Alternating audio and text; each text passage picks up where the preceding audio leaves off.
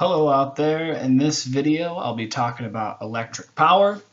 I really like this topic because although it's a super important and conceptually difficult topic, the math is actually super easy at this low level when we're talking about direct current.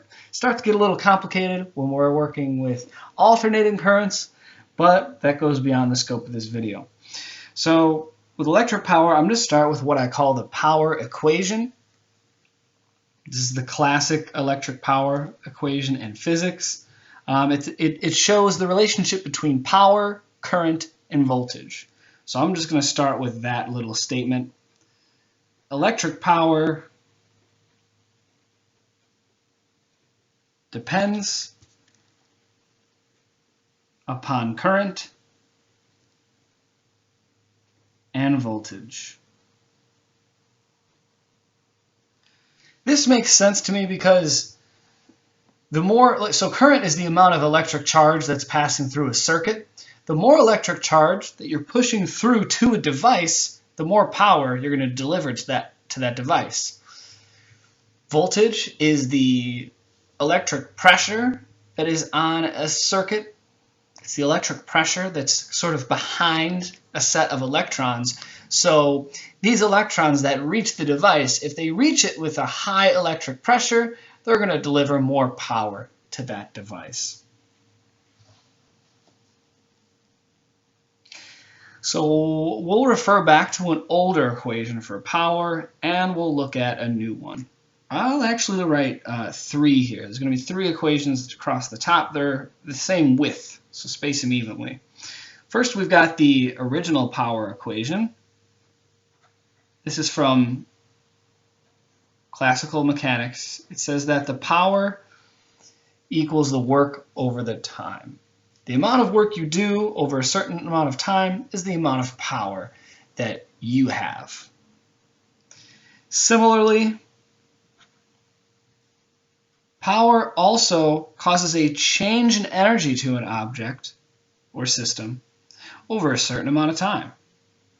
So in essence, all I'm really saying is that work and change in energy are the same thing.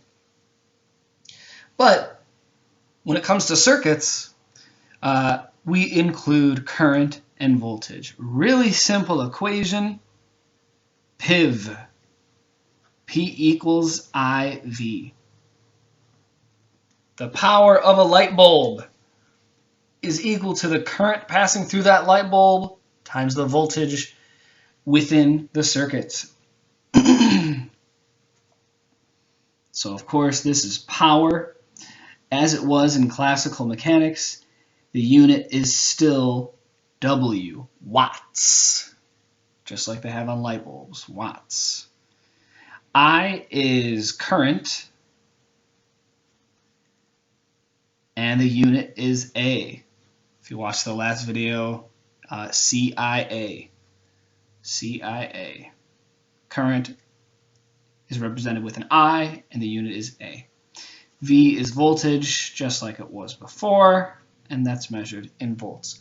So, like I said, really simple math here. It's a three-variable equation, really easy to use, and we'll demonstrate that in an example right now.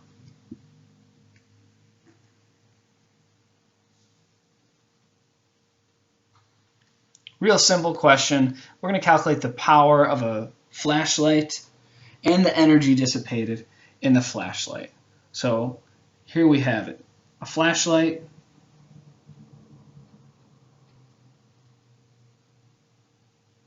has a current of 0.4 amps and a voltage of 3.0 volts.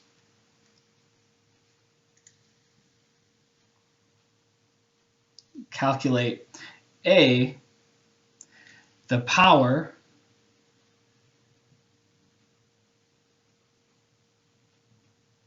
delivered to the bulb, and B,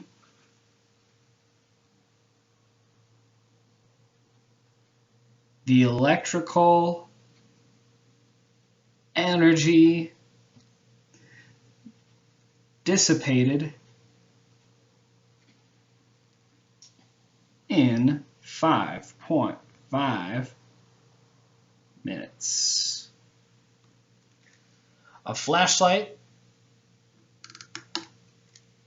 has a current of 0.4 amps and a voltage of 3.0 volts.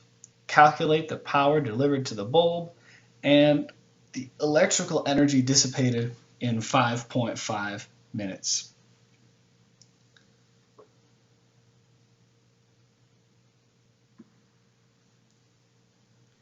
In this space below, I'm going to do the solutions side by side. So for part A, only use the left-hand side, unless you want to space it differently, of course. So part A, they want us to calculate power. Let's see if we can use the one that is relevant today, the new equation for the day. Do we have current and voltage? Of course, we do. Current is measured with amps. There it is. Voltage is measured with volts, and there it is. We would need something measured in joules in order to use one of those equations.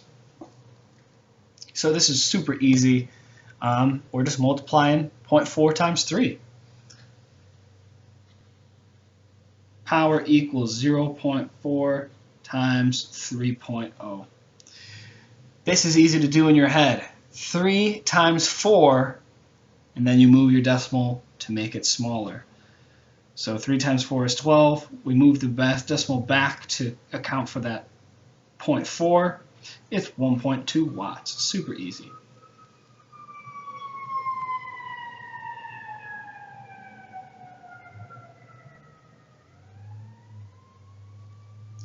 What about B? For B, they ask, what's the electrical energy dissipated? Let's look at the energy equation that we wrote down today. Well, I guess it's not the energy equation, it's the power equation that has energy in it. Do we have power? Yes. We just calculated that. It's 1.2. Do we have time? We have 5.5 minutes, but that's going to need to be in seconds. So if we multiply that by 60, I think it's 330. Yep, it's 330. Now we have the values that we need.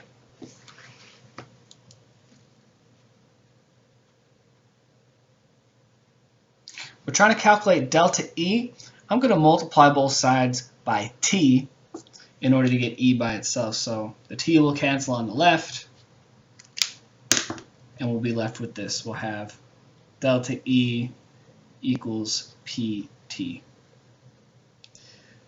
Plugging in the numbers, delta E is equal to 1.2 times 330.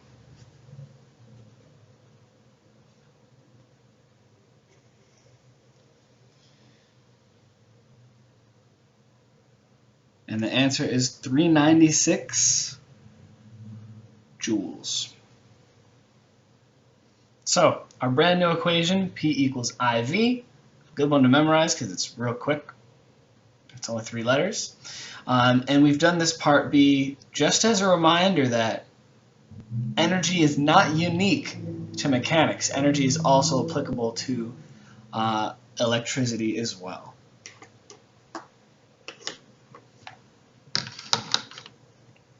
Such a calculation would be useful if you wanted to figure out the cost. So you could figure out the cost of that energy, or you could figure out how soon the battery is going to die out. That's what the amount of energy is useful for. Okay, we'll go to another one that will lead us to sort of a new equation. Might take a couple steps. So we'll just treat this like an extra example.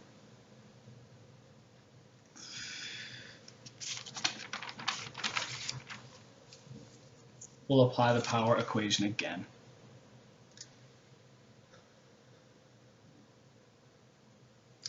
Calculate the power passing through a wire if the voltage is 50 volts and the resistance is 8 ohms. Calculate the power passing through a wire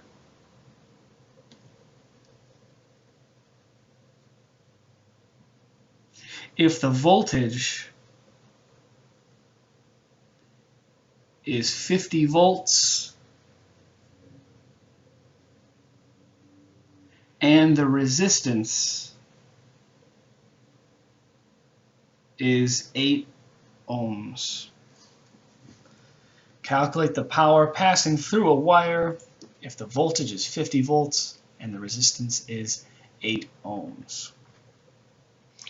What we'll find in this example is that we don't have enough information to use our new equation. Check it out. The new equation is power equals IV. I have voltage, that's 50, but I do not have the current. All I've got is capital R, the resistance. There's voltage V. So in order to solve this problem, we need to refer to lesson 6.1, which is Ohm's law. We can kind of see Ohm's law staring us in the face here. V, I, R. We're trying to replace I, but we don't have, all we have is V and R. So here's Ohm's law, V equals IR. Another good equation to memorize just because it sort of shows up very often. What we're trying to do is we'll have to replace this I in terms of V and R. Basically solve for I real quick and it'll make sense. Divide both sides by R, you'll get V over R. So this is not really a new equation, so I'm putting dotted lines around it. It's not like it's a pure brand new equation.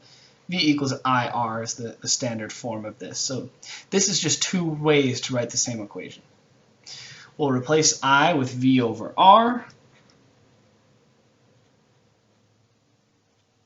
And all of a sudden, the equation is solvable. 50 goes in for V, 8 goes in for R, and 50 goes in for V. So you gotta be ready to manipulate those equations like that. What we've done is substitution. They call it substitution in math class. Power equals, you can do 313 watts for 3 sig figs. You can also do 312.5. I'm going with 313.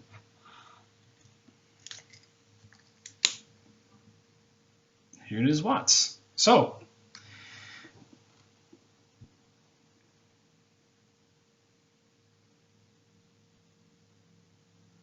I think the important thing to notice here is that we sort of have this new equation here. It's technically nothing new. It's really just a combination of the power equation and Ohm's law. We're going to take this a little further. We're going to formalize this combination, this derivation, and we're going to do a second derivation as well and close our notes at that point. So for this last portion, we're just manipulating equations. We're doing a derivation. We're deriving two equations.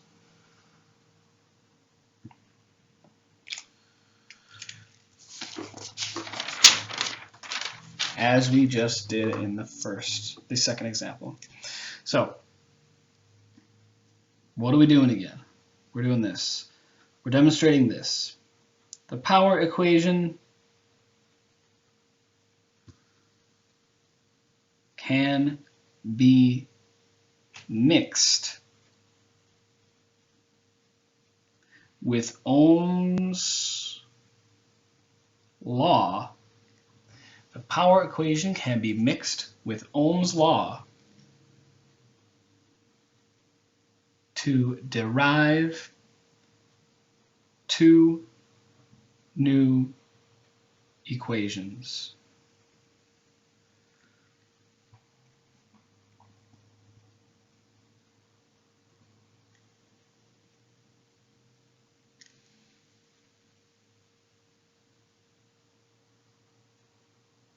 starting with the power equation. So I'll do one derivation on the left, one on the right.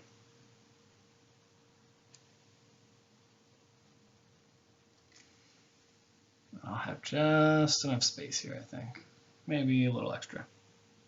So we're going to do the same thing we did in the last problem.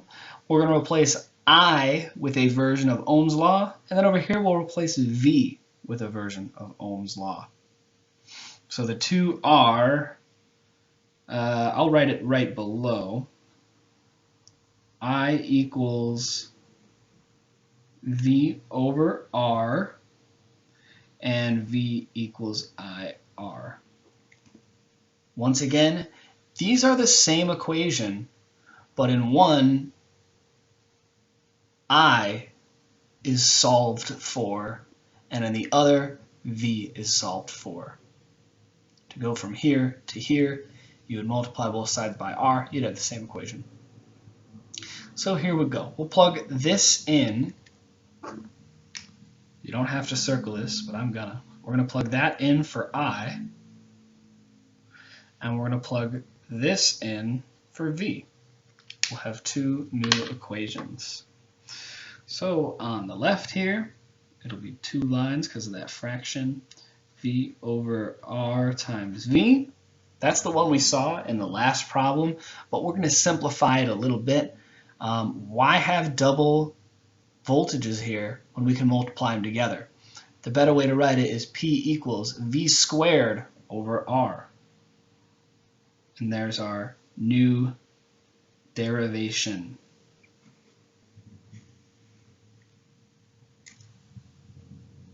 Brand new equation that we can apply to any relevant problem, given voltage and resistance, calculating P, or some other variation of that. Notice it's V squared, kind of looks like a 3. Make sure you've written 2. And over here, same idea. P equals I times IR. We're replacing V with IR, so we've got a brand new equation. P equals I squared times R.